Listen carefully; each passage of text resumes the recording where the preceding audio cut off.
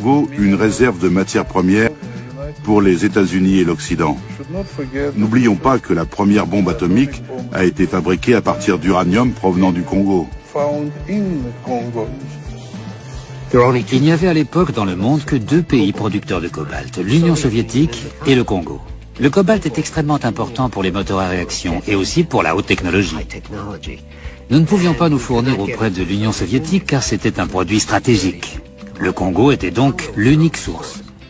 Je sentais bien que Washington commençait à se demander où allons-nous obtenir notre cobalt si les soviétiques prennent le contrôle du Congo. Les États-Unis s'inquiétaient de l'appui soviétique à Lumumba. Le président Eisenhower a alors dit « Nous devrions envoyer l'OTAN pour maintenir les soviétiques dehors ». Mais finalement, le sang-froid l'a emporté. Et on a demandé au Conseil de sécurité de l'ONU d'envoyer les casques bleus au Congo. Le président Eisenhower a jeté les bases d'une politique qui est toujours en vigueur aujourd'hui. Il disait « S'il y a des problèmes en Afrique, nous ne devons pas envoyer des troupes là-bas, et les Européens non plus. C'est l'ONU qui doit mener ces opérations. » Lumumba croit que l'arrivée des casques bleus de l'ONU l'aidera à ramener la stabilité. Il se trompe. La mission de l'ONU est en réalité l'élément qui va précipiter la chute de son gouvernement.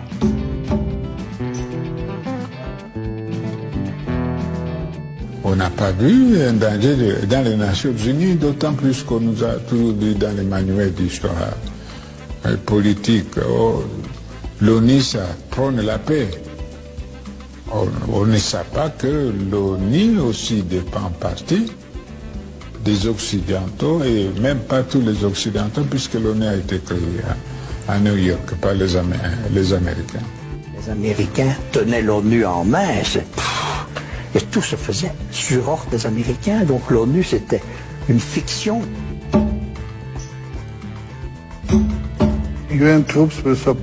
La force de l'ONU était censée protéger l'indépendance du Congo, mais elle a empêché les troupes restées loyales à Lumumba d'agir. Cette force a outrepassé sa mission et a servi à renverser le gouvernement de Lumumba, ou du moins à le priver de toute protection. Les troupes des Nations Unies ici vont encercler la résidence du Premier ministre. Sans aucun mandat, sans aucune autorisation, il y a une crise interne, les Nations Unies s'interposent et vont mettre le Premier ministre en résidence sur lui. Bajo la bandera de las Naciones Unidas en el Congo fue asesinado Lumumba.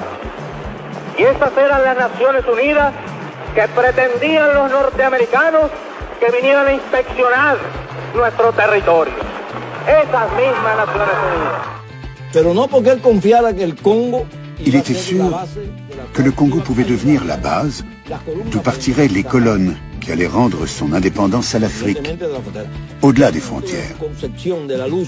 Selon sa conception de la lutte révolutionnaire, ce que Debré a appelé le fokisme, un centre à partir duquel rayonnent des colonnes, le Tché voyait le Congo comme l'épicentre de la libération de l'Afrique, en raison de ses 9 frontières.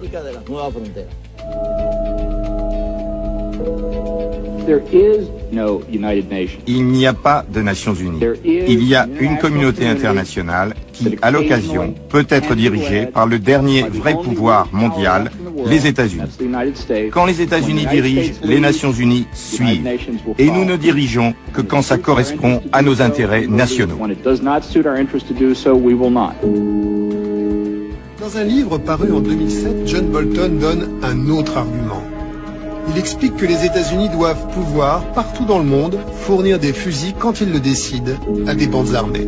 C'est une constante de la politique américaine depuis 30 ans, faire la guerre par milices interposées.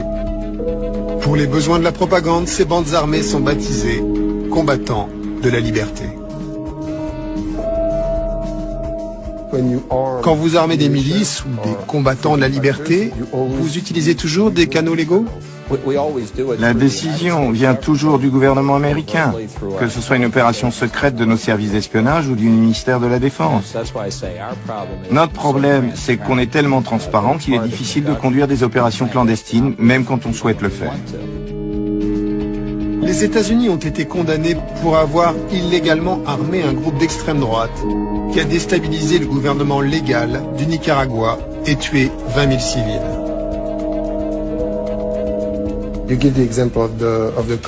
Vous donnez l'exemple des Contras au Nicaragua, et alors que la communauté internationale les considérait non pas comme des combattants de la liberté, mais comme des terroristes. Les États-Unis ne les considéraient pas comme des terroristes. Nous avons fourni des armes aux Contras. Pour le reste du monde, c'était des terroristes. C'est le point de vue du reste du monde, mais les États-Unis prennent leurs propres décisions. Mais à la fin, qui décide qui est un combattant de la liberté ou qui est un terroriste? C'est vous, les États-Unis? Notre principe, c'est que le droit d'avoir des armes est protégé aux États-Unis. Et nous pensons que ce principe doit pouvoir être appliqué ailleurs. Le tiers-monde pendant la guerre froide était un véritable terrain de chasse. Littéralement. Pourquoi? Parce qu'en Europe, toutes les frontières étaient figées. Les franchir signifiait déclencher la guerre atomique, que personne ne voulait. Alors que le tiers-monde n'avait pas de maître. On pouvait y agir en toute liberté et étendre son influence. Nous considérions, et je pense que c'était vrai, que nous étions face à une tentative visant à faire du Congo une réserve de matières premières pour les États-Unis et l'Occident. N'oublions pas que la première bombe atomique a été fabriquée à partir d'uranium provenant du Congo.